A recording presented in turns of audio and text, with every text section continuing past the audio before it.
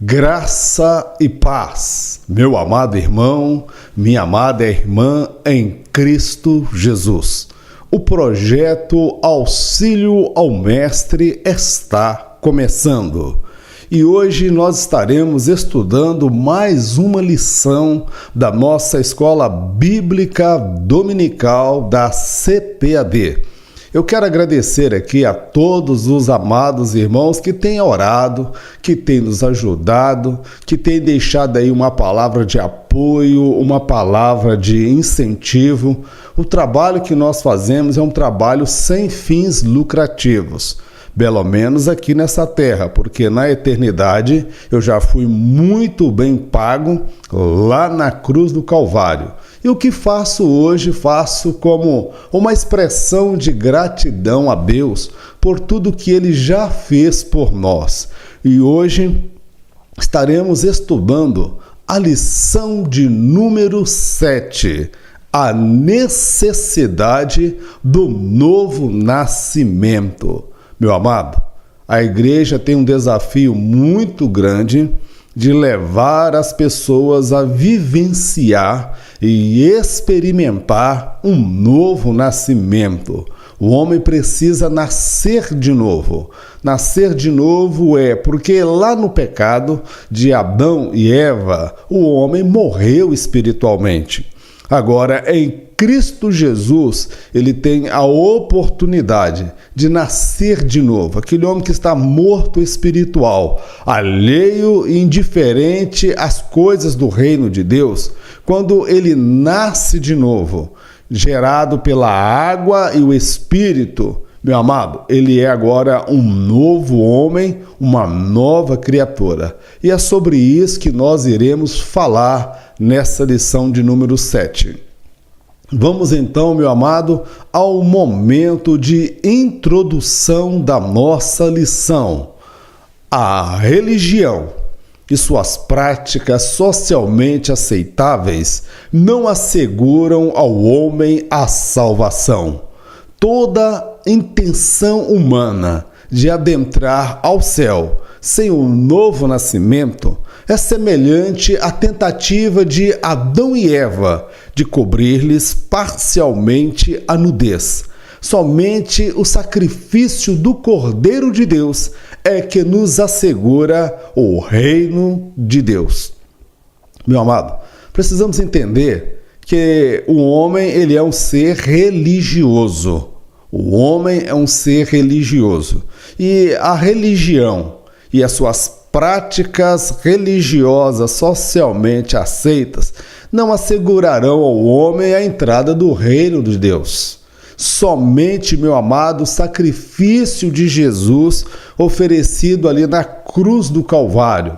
Fora disso, meus irmãos, vai ser igual aquela tentativa de Adão e Eva, que estavam nus espiritualmente e fisicamente diante de Deus.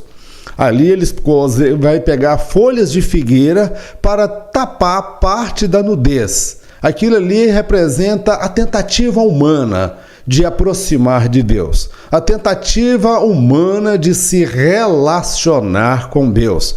E para tal, Deus matou um cordeiro, um animal, e tirou a pele e fez para o homem vestes. Então, meu amado, a minha nudez espiritual, a nudez espiritual do homem, ela só é coberta pelo sacrifício de Jesus na cruz do Calvário.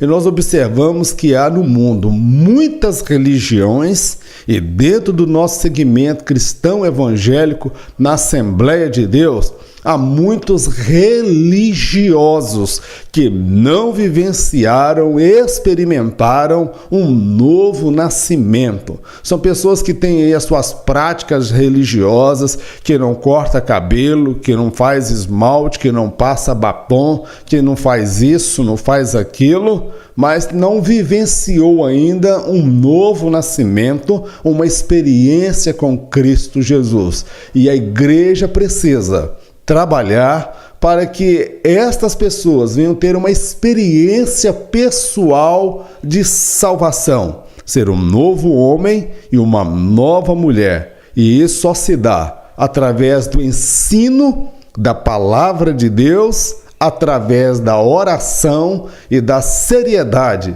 de quem está à frente do trabalho. Vamos prosseguir então. Subtópico de número 1. Um líder religioso bem intencionado. Nós vamos abordar nesse primeiro tópico sobre Nicodemos. Nicodemos era um homem religioso, respeitado na sua época, porém, ele era religioso, mas ele não havia vivenciado um novo nascimento, uma experiência de salvação. E vamos lá, subtópico de número 1. Quem era Nicodemos? Nicodemos era um homem religioso, respeitado na sua época. Os resultados advindos do novo nascimento foram surgindo gradativamente em seu viver a partir do encontro com Cristo. Todo aquele que nasceu de novo evidencia um novo caráter seguido de novas atitudes e novos propósitos. Observamos, por exemplo, Nicodemos. Nicodemos, ele era fariseu. E os fariseus eram aquelas pessoas que eram doutores da lei. Eles conheciam as leis, eles ensinavam as leis, mas eles não viviam a lei. Nicodemos fazia parte desse grupo e foi o grupo mais ferrenho com o qual Jesus se deparou. Mas após a experiência de Nicodemos com Jesus, ele começou agora a evidenciar um novo caráter, um novo propósito e uma nova visão. Nós vamos ver ali Nicodemos em vários momentos questionando a postura de alguns fariseus. Nós vamos observar também Nicodemos preparando o sepulcro de Jesus que nunca fora usado. Ou seja, aquele que de fato nasceu de novo, ele vai evidenciar na sua vida um novo caráter, um novo propósito e um novo estilo de vida. Uma coisa é ser religioso, outra coisa é ser uma pessoa nascida de novo. E Nicodemos, após o encontro com Jesus, ele deixou de ser uma pessoa meramente religiosa e passou a ser uma pessoa que nasceu de novo, experimentou a salvação através de Jesus. E os resultados puderam ser percebidos nas atitudes e no comportamento de Nicodemos. Embora ele fizesse parte de um grupo de religiosos radicais, hipócritas e fingidos, ele evidenciou um ser diferente dos demais. Amado, aquele que nasceu de novo, o seu viver é diferente, o seu caráter é diferente, o seu testemunho é também diferente. Ele pode estar inserido num grupo de pessoas problemáticas, sem princípios e sem caráter, pessoas religiosas, mas ele vai testemunhar a transformação e a mudança de caráter. Quero fazer aqui uma breve reflexão sobre esse primeiro subtópico. Um grande desafio para a igreja nos nossos dias é fazer com que Cristo seja gerado no coração daqueles que nasceram em um lar cristão. Estes necessitam da experiência de novo nascimento. Deus não possui netos na fé. Meu amado, e nós precisamos, a igreja, ela tem um desafio muito grande. É fazer com que Cristo seja gerado no coração daqueles que nasceram no lar cristão. Estou me referindo aí aos meus filhos, Israel e Moisés. Estou me referindo àqueles que nasceram ali no lar cristão. Eles vão crescendo, passam pelo departamento infantil, depois o departamento adolescente, depois para o grupo de jovens e depois a fase adulta. A igreja precisa trabalhar e fazer com que Cristo seja gerado no coração dessas crianças, no coração desses adolescentes, no coração dos jovens, porque muitos dos nossos jovens, quando chegam à fase de adolescente, se afastam da casa de Deus. Por que isso? Porque Cristo não foi gerado no coração dele. Eu fico muito preocupado quando nós levamos os nossos jovens, os nossos adolescentes a se tornar meros religiosos. Eles são ensinados a cantar, são ensinados a ensaiar, são ensinados a fazer apresentações na igreja. Isso é importante, é bom ver a mocidade cantando, os adolescentes atuando. Mas a igreja precisa trabalhar para que esses jovens, crianças e adolescentes venham experimentar o batismo com o Espírito Santo. Tenham essa experiência pessoal de salvação. Porque, meu amado, eles necessitam da experiência de salvação. Sabe por quê? Porque Deus não possui netos na fé. Os meus filhos não são netos de Deus, eles não são salvos automaticamente. Eles precisam professar a fé em Cristo Jesus, passar pelas águas, mas também precisam ter uma experiência pessoal de salvação.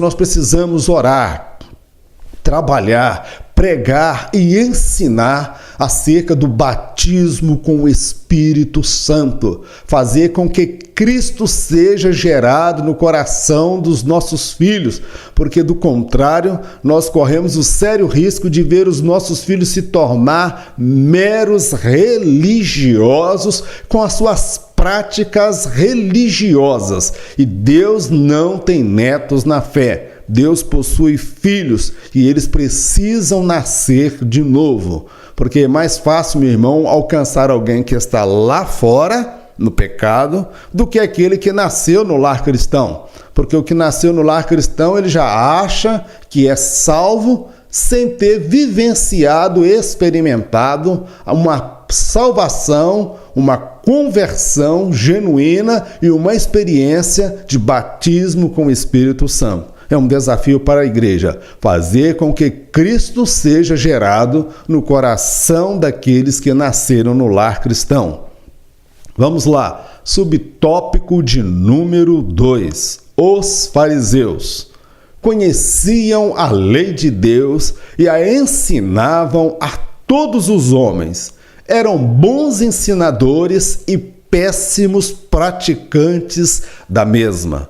Alguém pode pregar e ensinar se valendo de uma boa oratória. Todavia, o tal incorre no risco de ensinar a muitos e ficar do lado de fora do reino de Deus. Observe o que Jesus fala acerca dos fariseus. Observem tudo o que eles dizem, mas não façam nada do que eles fazem, porque eles ensinam, mas não vivem. Meu amado, e há muito fariseu no nosso meio. Eu tenho medo.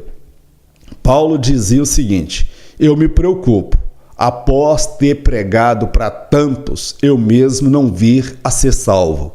Meu amado, eu corro o risco de me tornar um fariseu. O fariseu se tornou sinônimo de hipocrisia e demagogia, porque eles eram muito bons para ensinar. Tinha uma boa retórica, uma boa oratória, uma boa eloquência, eram mestres por excelência. Porém, eles eram péssimos praticantes da palavra de Deus. Meu amado, ensinar a palavra de Deus não é difícil, não. Se você tiver um pouco de leitura, um pouco de conhecimento pedagógico, uma desenvoltura no falar, você consegue ensinar. O perigo para mim e para você que é professor de escola bíblica dominical é a gente ter a habilidade de ensinar a muitos e não ter vida com Deus. Nós temos bons ensinadores e péssimos praticantes. Eu preciso praticar. Eu preciso viver a palavra de Deus na minha vida. Porque, meu amado,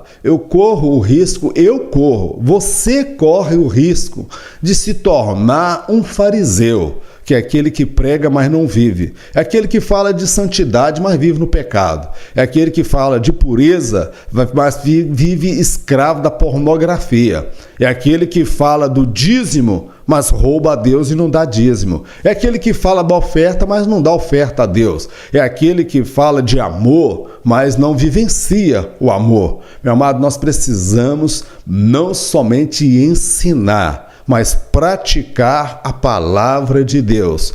Os fariseus conheciam toda a lei de Deus, mas eles não conheciam o espírito da lei, que era obedecer a palavra de Deus.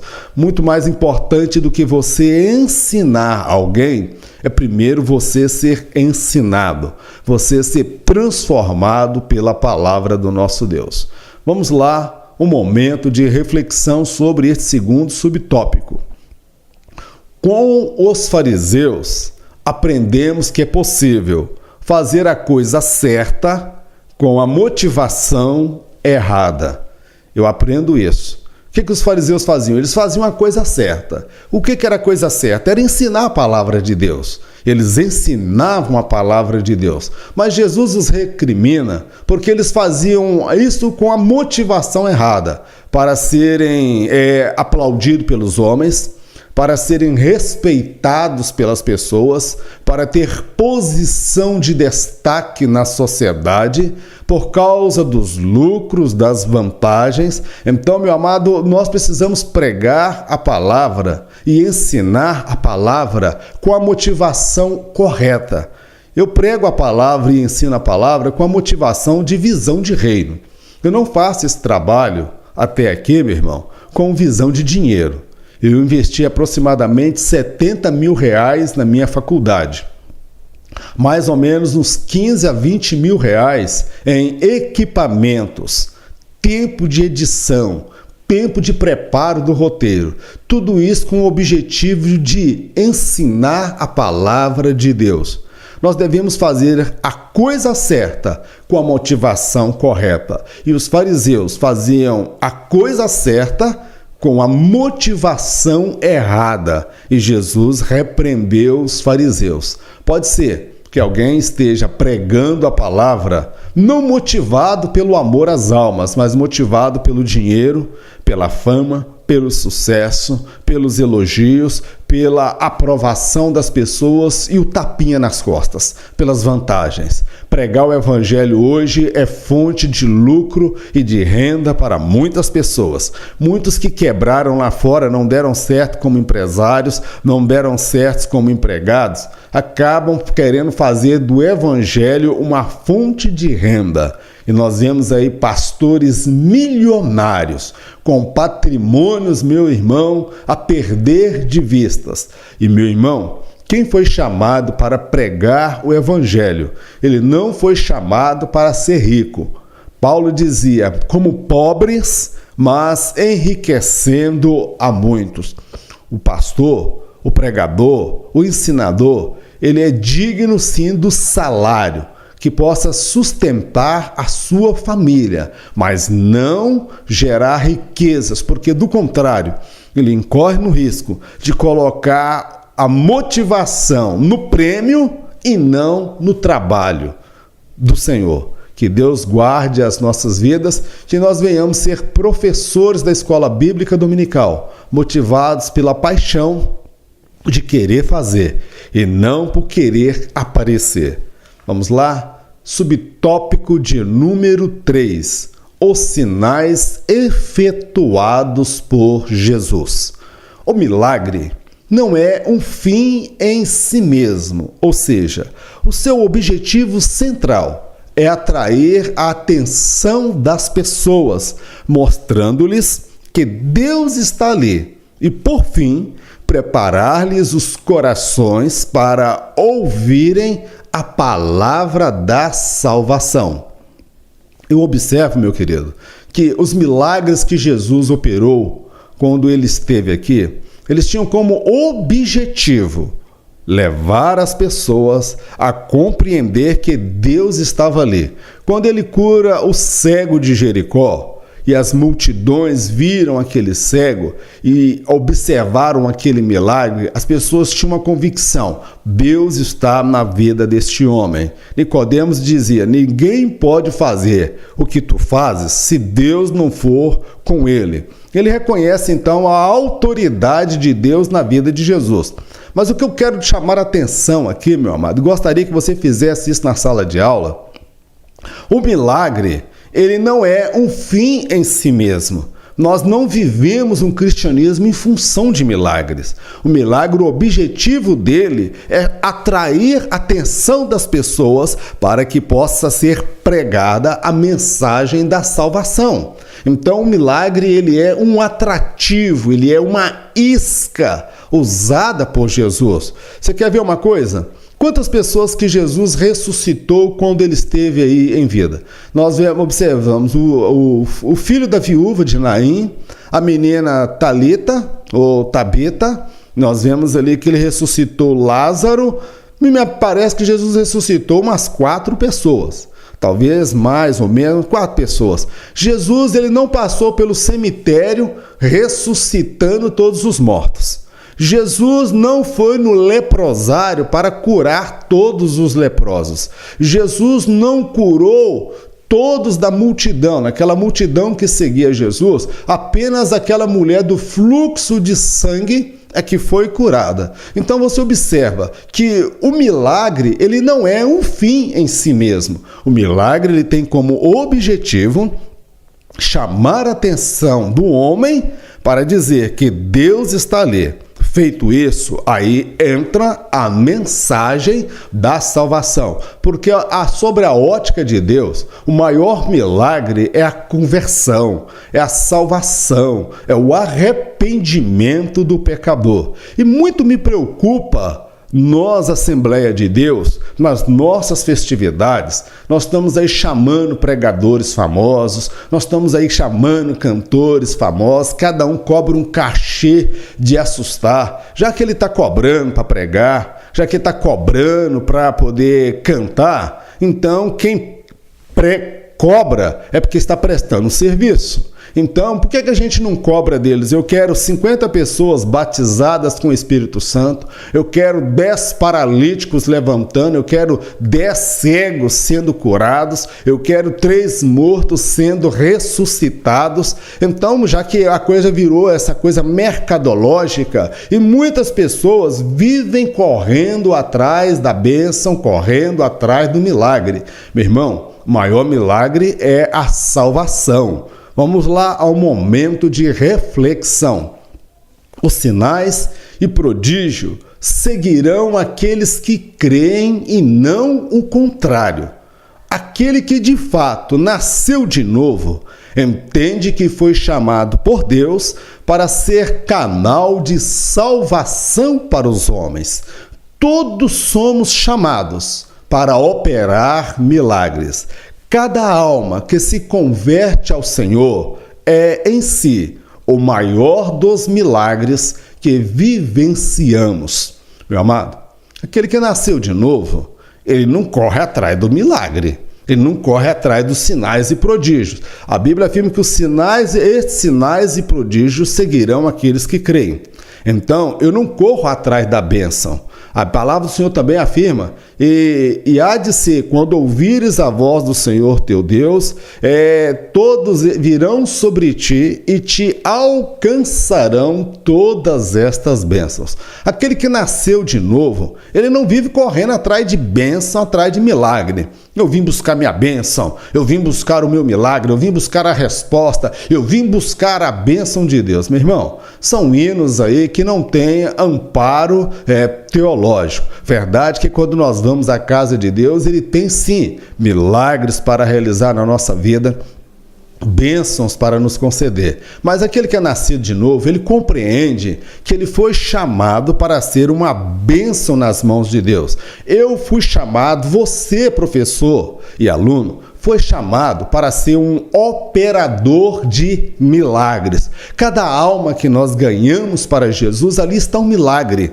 É ali que consiste a ênfase do Evangelho, a razão pela qual Jesus morreu. Porque alguém pode experimentar a cura, um milagre e ainda assim ir para o inferno. Jesus curou 10 leprosos. Apenas um voltou para agradecer e era samaritano. E os outros 9? Se eles não mudaram de postura e de comportamento, foram os 9 curados para o inferno.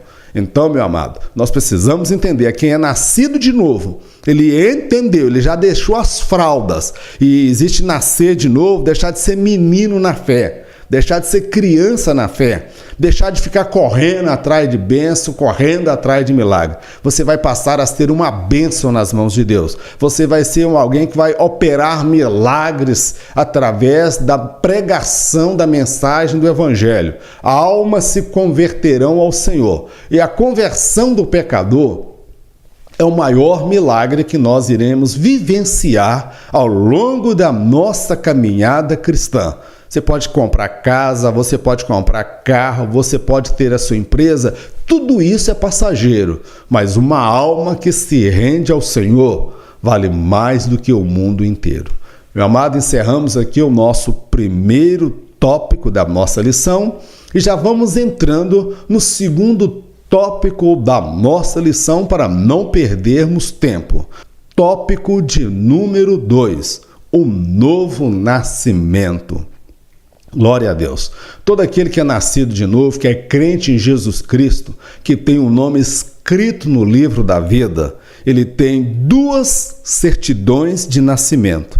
Eu tenho uma certidão de nascimento que foi registrado no cartório no ano de 1970, que foi o ano que eu nasci. Ali foi dado o nome de Mauro Lúcio, porque meu pai quis assim.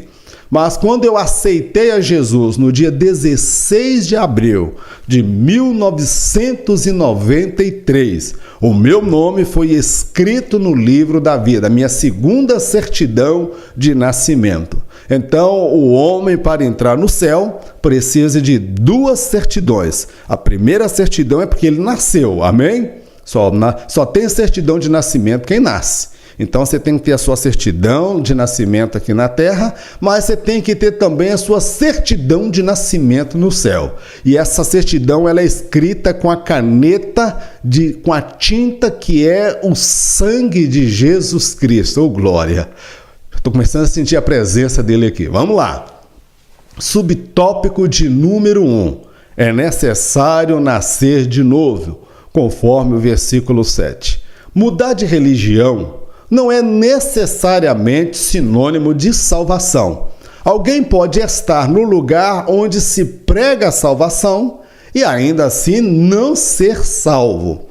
Um novo nascimento é uma experiência real e pessoal com o Senhor e Salvador Jesus Cristo. Meu amado, o homem precisa nascer de novo. Todo homem. Estou falando, seja ele crente ou descrente, seja ele religioso ou não, ele precisa nascer de novo, porque lá em Adão nós nascemos com a semente do pecado, mas através de Jesus, amado, nós temos aí um novo nascimento, nós deixamos de ser mortos espiritualmente e passamos a ter vida espiritual. Então eu observo, meu amado irmão, que alguém pode estar no lugar onde se prega a salvação e ele mesmo não vir a ser salvo. Ananias e Safira estavam dentro da igreja, na casa do Senhor, e não eram salvos, porque eles mentiram para o Espírito Santo e não evidenciaram um novo nascimento. A Bíblia fala do trigo e do joio. Pessoas que estão dentro da casa de Deus, mas não vivenciaram um novo nascimento. A Bíblia fala do servo fiel e do servo infiel.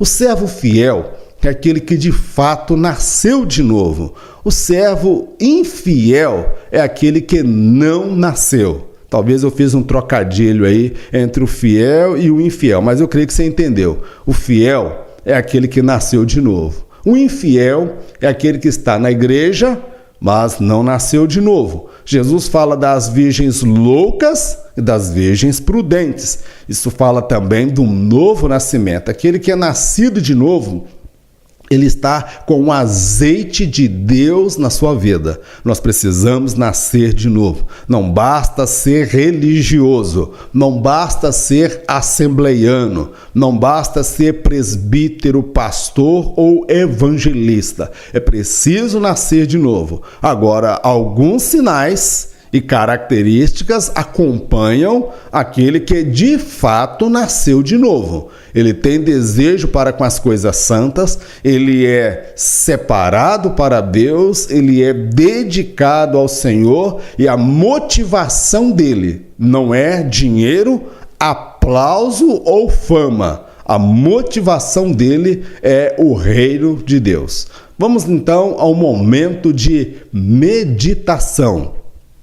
Na era do evangelho midiático, muitas pessoas são levadas a buscar nas igrejas apenas a cura, a prosperidade, a qualidade de vida. Muitas fazem campanhas e corrente, sem jamais conhecer o evangelho da cruz e santidade. Meu irmão, nós vivemos a era do evangelho midiático. O evangelho midiático, eu tenho formação em jornalismo, nós usamos esse termo mídia, porque a internet é uma mídia, a televisão, o rádio, o Facebook, o WhatsApp, são meios de comunicação, isso é chamado de mídia. Nós vivemos a era do evangelho midiático. Nós vemos pastor aí, o que eu gosto muito dele, pastor Cláudio Duarte, ele é um pastor midiático. Silas Malafaia é um pastor midiático, eles estão na mídia, eles estão aí em todos os lugares, você aperta o botão, você está vendo esses homens na televisão, e isso é bom, mas tem o lado negativo. O lado negativo, que há muitas pessoas ocupando espaço na mídia, na televisão, na internet, levando as pessoas a fazer campanhas buscando a cura, buscando a prosperidade e a qualidade de vida. E, por um lado, essas pessoas vão a essas igrejas, ainda mais com o Brasil em crise. Quem não está precisando de dinheiro? Quem não quer ser curado com a saúde? O sistema de saúde pública é deficiente. Então, as pessoas vão à igreja buscando isso, motivadas tão somente por isso, sem jamais conhecer o evangelho da cruz e santidade. O evangelho, meu irmão, não existe evangelho verdadeiro ou salvação sem a cruz do Calvário. Jesus diz: aquele que quiser vir após mim, negue a si mesmo, tome a sua cruz e depois me siga.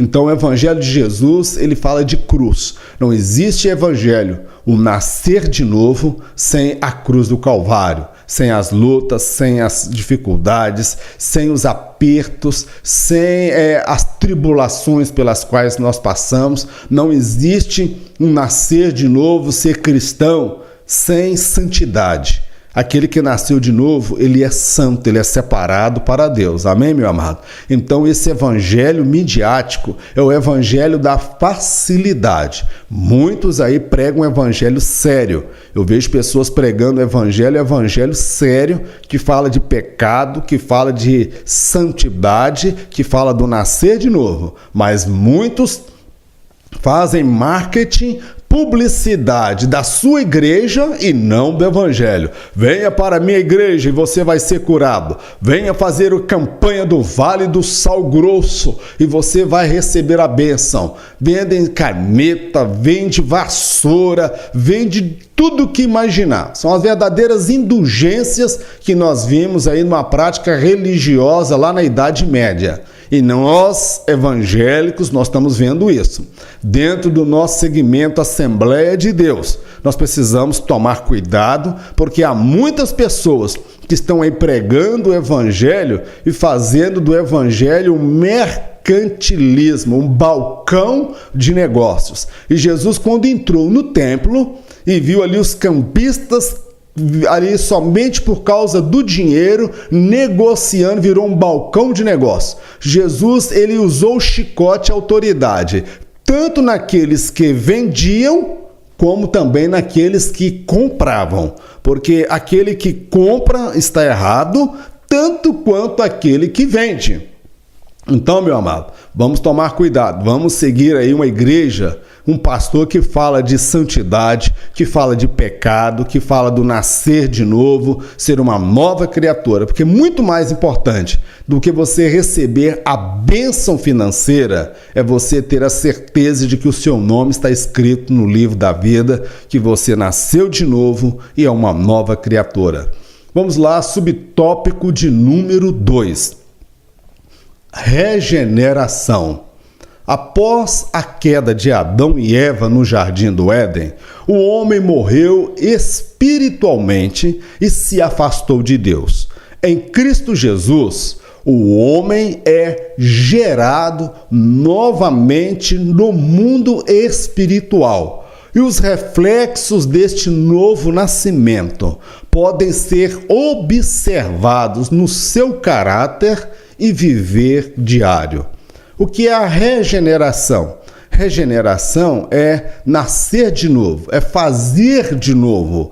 Então, lá no Jardim do Éden, Adão e Eva pecaram, desobedeceram a Deus, e Deus diz que no dia que eles comessem daqueles frutos e desobedecessem a Deus, o fruto do bem e do mal, eles morreriam. E eles morreram espiritualmente. E todos os descendentes de Adão, eles são mortos espiritualmente. Em Cristo Jesus, ele é o quê? Ele é regenerado, ele é gerado novamente. Mas agora dentro do mundo espiritual, ele nasce de novo. E após esse nascimento, pode-se perceber uma mudança de caráter e uma mudança também no seu viver diário. Ele é uma nova criatura, ele é uma nova pessoa. Eu me lembro que antes de eu aceitar a Jesus como Salvador, eu gostava de forró, eu gostava de lambada, eu gostava de carnaval, trio elétrico, já fui em Salvador, pelo menos em 2 ocasiões atrás de trio elétrico, eu gostava de dança de salão, eu gostava muito dessas coisas, mas quando Jesus entrou na minha vida, assim que eu cheguei em casa, no dia 16 de abril de 93, eu tive a minha experiência pessoal com Jesus. Meu amado, eu cheguei em casa, eu queimei os discos do Beto Barbosa, eu queimei os discos baianos, que é aqueles discos de vinil, aqueles biscoitão desse tamanho, queimei, botei fogo naquilo. A minha mãe, minhas irmãs, não, me dá esse pra mim, me dá aquele ali. Eu falei, não serve pra mim, não serve pra ninguém. E queimei aquilo tudo, abandonei aquela vida vergonhosa que eu vivia, as várias mulheres que eu conheci quando eu não tinha Jesus, eu abandonei. Fiquei 10 anos sem ter vida sexual. 10 anos, eu e Deus, o Senhor me deu graça. Eu fui conhecer a minha esposa e ter vida sexual ativa, foi depois que eu me casei. No ano de 2003. Foram 10 anos, meu irmão, aos pés de Jesus, passando todo tipo de provação, de tentação e de luta. Mas eu tenho uma convicção que naquele dia 16 de abril de 1993, Deus pegou um miserável pecador e gerou novamente. O gerou. E ali nasceu um novo homem. E até hoje estou seguindo os passos do Senhor, não me considero adulto na fé, porque eu estou em fase de crescimento e de desenvolvimento. Amém, amado? Até atingir a estatura do varão perfeito. E quem é esse varão? Esse varão é Cristo. Cristo, ele é o meu modelo. O meu modelo não é pastor Cláudio Duarte, eu respeito muito. Meu modelo não é Silas Malafaia, o qual ele tem o meu respeito. O meu modelo não são pregadores de Camboriú. O meu modelo é Cristo. Ele é o padrão a ser seguido. Amém, meu amado? Então, regeneração fala de novo nascimento. Vamos lá, subtópico de número 3. A perplexidade de Nicodemos. O relacionamento com Deus vai muito além das práticas religiosas e sua liturgia de culto. O desejo de Deus é que o homem se relacione de forma pessoal com Ele. Há uma diferença entre ser uma pessoa religiosa e ser um adorador por excelência. Meu amado, Nicodemos, quando ouve de Jesus que ele vem, ninguém pode fazer as obras que tu fazes se Deus não for com ele. Ele era um homem religioso. Ele era um homem que tinha suas liturgias na forma de adoração. E Jesus fala para ele da necessidade do nascer de novo. Que mesmo observando a lei e as práticas religiosas, ele necessitava nascer de novo. Então o relacionamento com Deus, irmão, ele vai muito além do que ser um mero religioso com a sua liturgia. Eu observo, a Assembleia de Deus, ela tem uma liturgia diferente da metodista, assim como a metodista tem uma liturgia diferente da presbiteriana.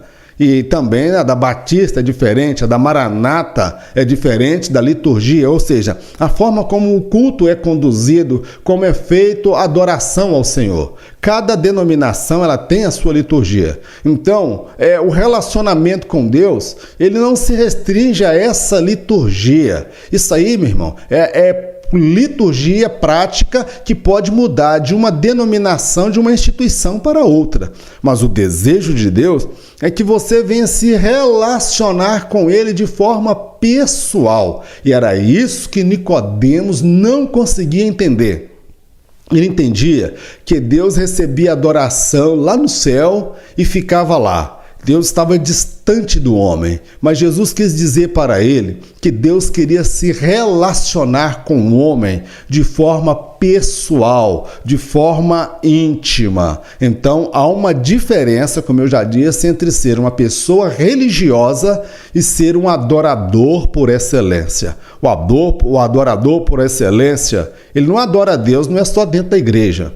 Ele adora a Deus no seu casamento, ele adora a Deus através do seu trabalho, ele adora a Deus na rua por onde ele passa, ele adora a Deus nos seus negócios, nos seus empreendimentos, ele adora a Deus através do seu dízimo, da sua oferta, ele adora a Deus até através do seu smartphone, do seu notebook, do seu computador, ele adora a Deus com todo o seu ser. Bendize, ó minha alma, ao Senhor.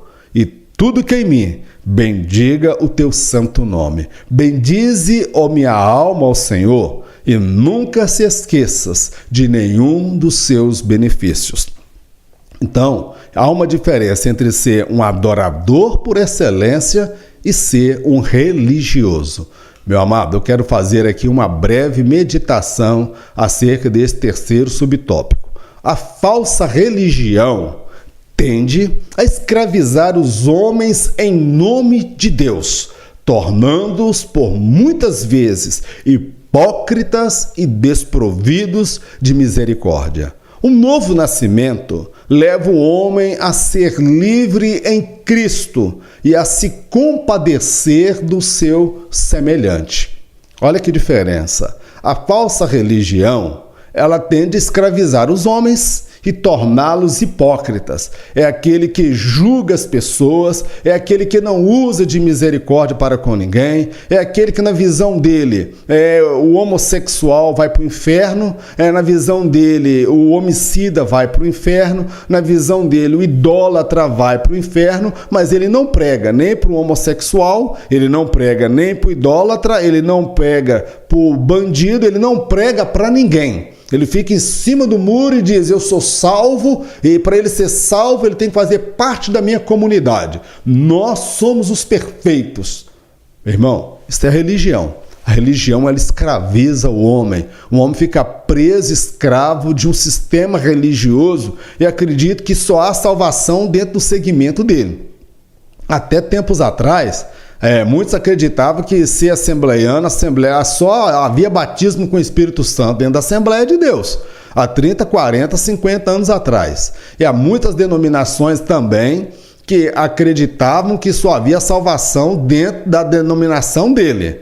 Então, meu amado, isso é a escravidão da religião. A religião leva os homens a ficarem escravos em nome de Deus, e Deus nunca escravizou ninguém, tornando muitas vezes hipócrita e desprovido de misericórdia. O novo convertido, o novo nascimento, leva o homem a ser livre em Cristo, ou seja, ele tem liberdade em Cristo, e a se compadecer do seu semelhante. Semelhante àquela passagem do próximo.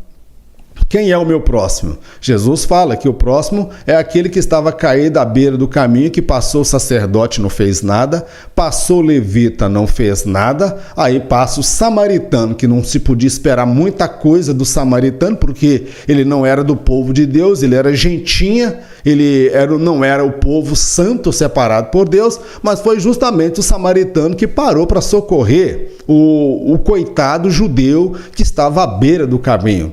Então a religião nos torna insensíveis, hipócritas e juiz dos homens. O novo nascimento me leva a me compadecer do pecador. Eu me coloco no lugar dele. Eu oro por ele, eu o amo, mesmo às vezes ele não gostando de mim, como era o caso do samaritano e o judeu. O judeu não gostava do samaritano. O judeu ele era orgulhoso, presunçoso, preconceituoso. E Deus quebrou todo o orgulho daquele judeu quando ele foi socorrido por um samaritano. Amém, amado? Então, cuidado. Talvez você esteja uma pessoa religiosa, cheia de preconceitos, cheio de orgulhos, soberba e vaidade. Você é uma pessoa escrava da religião, pronto para julgar as pessoas e os pecadores. Jesus me chamou para pregar o evangelho, mas não para julgar os homens. Sabe por quê? Eu corro o risco de querer colocar no céu pessoas que não irão para lá, porque são hipócritas. E corro o risco de mandar para o inferno pessoas que iriam para o céu, porque irão se transformados, irão passar pelo arrependimento. Encerramos aqui o subtópico de número 2 da nossa lição e já vamos entrando agora no tópico de número 3, uma necessidade. O novo nascimento, irmãos, antes de tudo, ele é uma necessidade, porque sem esse novo nascimento, tudo que fazemos para Deus é em vão. Que nós fazemos motivados pela religião e não pela transformação que Jesus gerou nas nossas vidas. Vamos lá, subtópico de número 1, o estado humano. Segundo a doutrina do pecado, conforme estudado na aula anterior, todo homem nasce na condição de pecador e, portanto, inimigo de Deus. Só o sacrifício de Jesus assegura-lhe um novo nascimento e um novo recomeço com Deus. Observa aí, amado, o estado humano. Segundo nós estudamos semana passada, que é a martiologia, a doutrina do pecado, nós entendemos que todo homem nasce pecador e, portanto, é inimigo de Deus. Agora, quando ele aceita Jesus como Salvador e evidencia um novo nascimento, ele se torna agora uma nova criatura. Então, esse novo nascimento, ele só se dá através do sacrifício de Jesus que foi oferecido por Deus ali na cruz do Calvário. E a partir da aceitação desse sacrifício, o homem agora ele tem um novo recomeço com Deus. Vamos lá, eu acho interessante, nós fazemos aí uma análise que o projeto de Deus foi enviar o Filho dele. A questão do pecado foi resolvido com o sangue de Jesus derramado ali na cruz do Calvário. Mas há muitas pessoas e há muitas crenças religiosas que acreditam que as boas obras são suficientes para salvar o homem. Que o homem ele tem que cumprir aqui o seu karma, ele vai morrer, vai reencarnar, vai vir em várias vidas e para poder consertar o que ele fez na vida anterior. Isso aí nada mais é, no âmago disso aí é o antropocentrismo. O homem é o centro de todas as coisas. O homem não precisa de um salvador. O homem pode ele mesmo salvar a si mesmo. Esse primeiro pensamento ele surge lá em Gênesis, quando Adão e Eva pega folhas de figueira e tapam parte da sua nudez. E aquilo não resolveu o problema, porque eles continuavam ainda com o corpo exposto, não tampou tudo. Então, meu amado, há muitas pessoas que pensam que a sua religião e a sua prática religiosa é o suficiente, as boas obras para ser salvo. A salvação ela é oferecida por Deus em Cristo Jesus, porque todo homem nasce pecador e, portanto, é inimigo de Deus. Subtópico de número 2, Saulo de Tarso. Alguém pode ser zeloso na sua religião e disposto até mesmo a matar ou morrer por aquilo que acredita, e ainda assim estar sinceramente errado.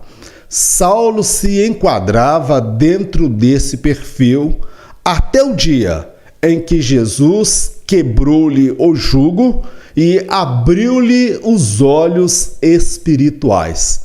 Observa a história de Saulo de Tarso. Ele era uma pessoa zelosa na sua religião, disposto a matar e até a morrer por aquilo que ele acreditava. E ainda assim, nós observamos que Paulo estava sinceramente errado. Nós achamos que para Deus basta ser sincero. Meu irmão, não basta ser sincero. É preciso ser sincero e estar correto. Paulo, ele era um homem sincero, mas ele não era salvo, ele estava errado, ele estava perseguindo a Jesus. Jesus disse: Saulo, Saulo, por que me persegues? Por quê? Ele achava que o cristianismo era uma seita que vinha desvirtuar os valores de Deus e a lei de Moisés. Ele era um homem religioso, ele era um homem sincero, mas ele estava errado. Alguém pode ser uma pessoa zelosa na sua religião. Alguém pode ser uma pessoa disposta a matar e a morrer, como nós vemos lá no Oriente Médio, em Israel. Os homens bombas, o Talibã, eles são sinceros naquilo que eles fazem. Mas alguém pode ser sincero e estar errado. Era o caso de Paulo. Até que ele teve uma experiência pessoal com Jesus que quebrou aquele jugo da religião e abriu os seus olhos espirituais. Aí Paulo diz agora: quem és tu, Senhor? E Jesus responde: eu sou Jesus a quem você tanto persegue. Então, meu amado, nós devemos orar pelas almas, orar pelas pessoas, orar pelo mundo islâmico, orar pelos muçulmanos, orar para que a escama espiritual venha cair dos seus olhos, orar pelas pessoas que são sinceras nas suas práticas religiosas, talvez estão envolvidas no candomblé, na umbanda, na quimbanda e foram ensinadas assim. Primeiro nós precisamos aprender a respeitar estas pessoas, amar estas pessoas e orar para que a graça e a salvação de Deus se revele a elas. Uma meditação. Ao nos depararmos com pessoas sinceramente erradas acerca da religião que professam, devemos amá-las e interceder para que as escamas espirituais caiam dos seus olhos. Outro sim, precisamos conquistar-lhes o respeito e a confiança.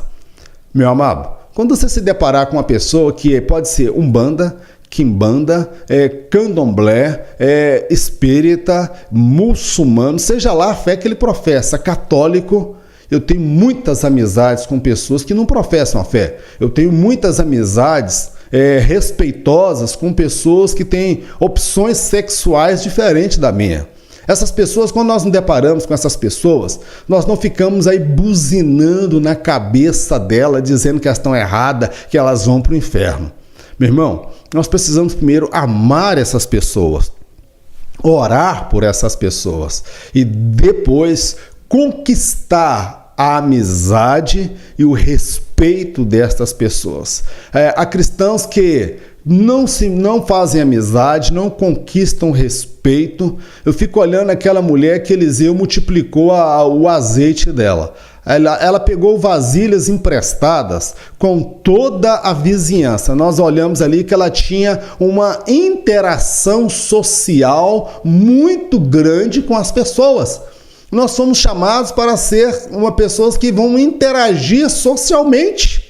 Não é somente com crente não, irmão. A gente vai interagir com pessoas descrentes, mas a gente tem que saber que quando a gente se relaciona com eles, eles sabem que nós temos a nossa postura, o nosso comportamento, os nossos valores e princípios, dos quais nós não abrimos mãos. Mas nós podemos ter amizade com essas pessoas, desde que sejamos o agente influenciador. Amém? É o que Deus diz para Jeremias. Eles passarão para o teu lado, mas você não passará para o lado deles. Nós queremos ver as almas se convertendo, mas não pregamos, não vivemos, não ganhamos a amizade, não conquistamos o respeito. A palavra é sempre de julgar, de condenar, de sentenciar. Saulo, ele era uma pessoa, de certa forma, temida e até odiada por alguns irmãos. Mas ele foi um instrumento nas mãos de Deus. Ele esteve presente no momento em que Estevão foi apedrejado. Paulo consentiu, porque Paulo ele foi um dos que arrumou a falsa testemunha. Paulo, ele foi uma das pessoas que arrumou as falsas testemunhas que foram falar contra Estevão e depois gerou o apedrejamento. Quando a Bíblia fala que Paulo consentia, é porque Paulo teve uma participação direta na morte de Estevão. Mas Paulo depois foi alcançado, porque Estevão lá disse: Pai, perdoa-lhes, porque eles não sabem o que estão fazendo. Então nós precisamos amar essas pessoas, seja ela carnavalesca, seja ela bandido, traficante, nós precisamos amar. E quando você se deparar com alguma pessoa que professa uma religião e é zeloso, nós temos dificuldade muitas vezes de pregar para essas pessoas, porque elas estão convictas da sua religião e são sinceras naquilo que fazem. Então nós ganhamos a amizade, conquistamos o respeito e vamos orando e intercedendo para que Deus venha arrancar as escamas dos seus olhos e que elas possam ver Cristo na minha vida. Vamos lá, subtópico de número 3, o centurião Cornélio. Alguém pode ser zeloso e piedoso no seu modo de viver. Todavia, o mesmo não será salvo pelas boas obras que realiza. Cornélio chamou a atenção de Deus, mas só foi salvo através do sacrifício de Jesus.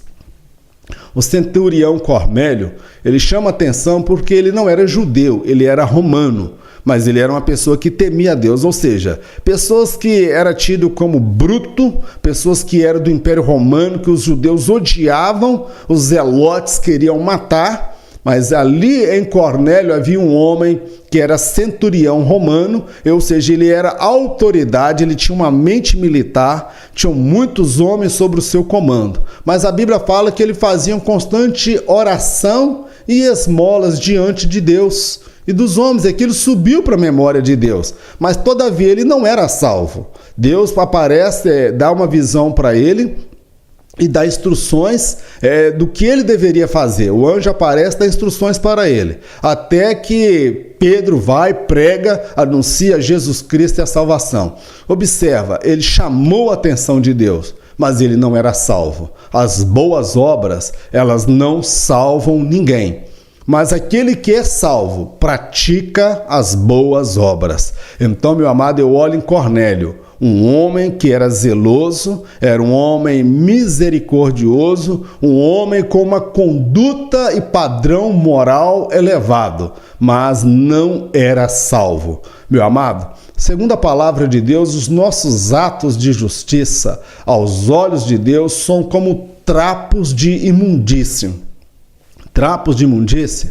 Hoje as irmãs, elas têm aí o absorvente, tem aí várias opções para tratar aquele período da sua menstruação. Mas naquela época as mulheres se valiam de panos e trapos. Quando a Bíblia fala que aos olhos de Deus as nossas obras são como trapos de imundícia, a Bíblia está querendo dizer que é semelhante àquele pano que as mulheres usavam durante o seu período menstrual. Então, ou seja, aquela coisa que não é nada agradável, uma coisa asquerosa, é uma coisa nojenta que a própria mulher também ela sente repúdio e nojo quando usa e precisa limpar, lavar. Hoje não, tem aí absorvente, mas há muitos anos atrás as mulheres tinham que lavar. Então, o que eu faço aos olhos de Deus é como um trapo de imundícia, meu querido. É o sangue de Jesus Cristo que nos faz ser aceito por Deus.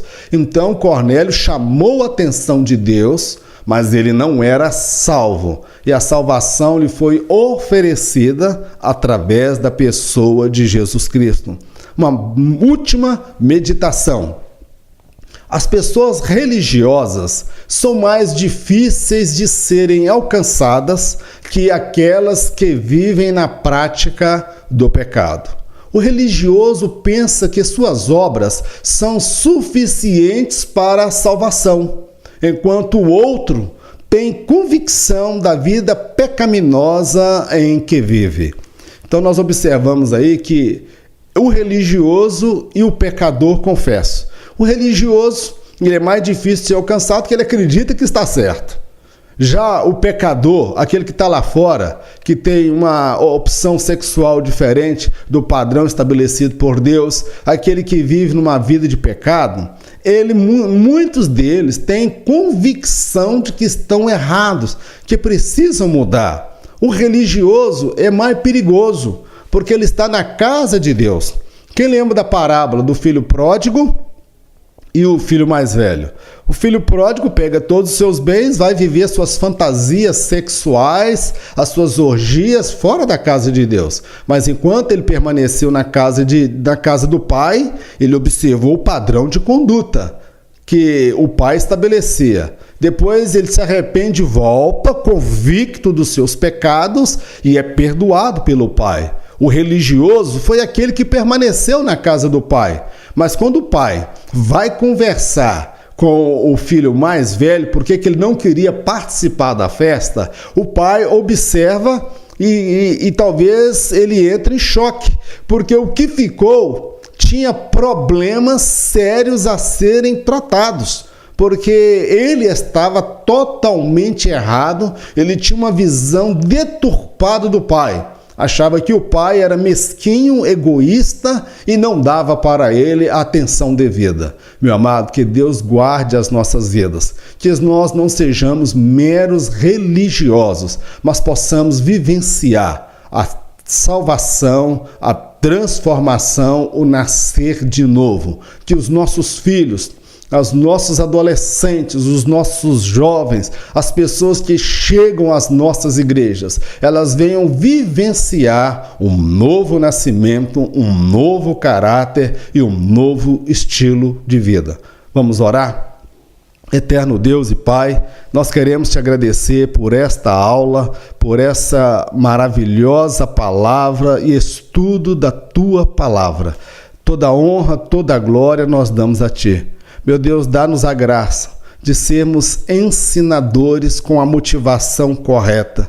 Nós não queremos ser semelhante aos fariseus, que eram hipócritas, que pregavam uma coisa e viviam outra. Nós queremos viver a tua palavra, experimentar a tua palavra, de modo que as pessoas, ó Pai, que não professam a fé no Senhor, através do nosso viver, através do nosso estilo de vida, elas venham se render aos pés do Senhor. Dá graça a teu servo que é professor, tua serva que é professora, para realizar um trabalho maravilhoso na sala de aula. E esses alunos terem a experiência de conversão, de nascer de novo, de ser nova criatura e de ser batizados com o Espírito Santo.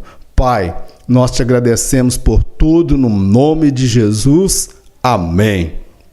Eu agradeço a sua atenção, eu peço as suas orações e nos ajude compartilhando aí esse canal, indicando, deixando aí o seu comentário. A nossa motivação é que você, professor, seja cada dia mais instrumentalizado, capacitado para dar aulas com qualidade e excelência na sua classe. Amém? Que Deus abençoe a todos, que o grande amor de Deus, a graça do nosso Senhor e Salvador Jesus Cristo, as doces consolações do Espírito Santo de Deus, seja com todo o povo de Deus, não somente hoje, mas para todo sempre, em nome de Jesus. Amém. Que Deus te abençoe e, permitindo o Senhor, semana que vem estaremos de volta, em nome de Jesus.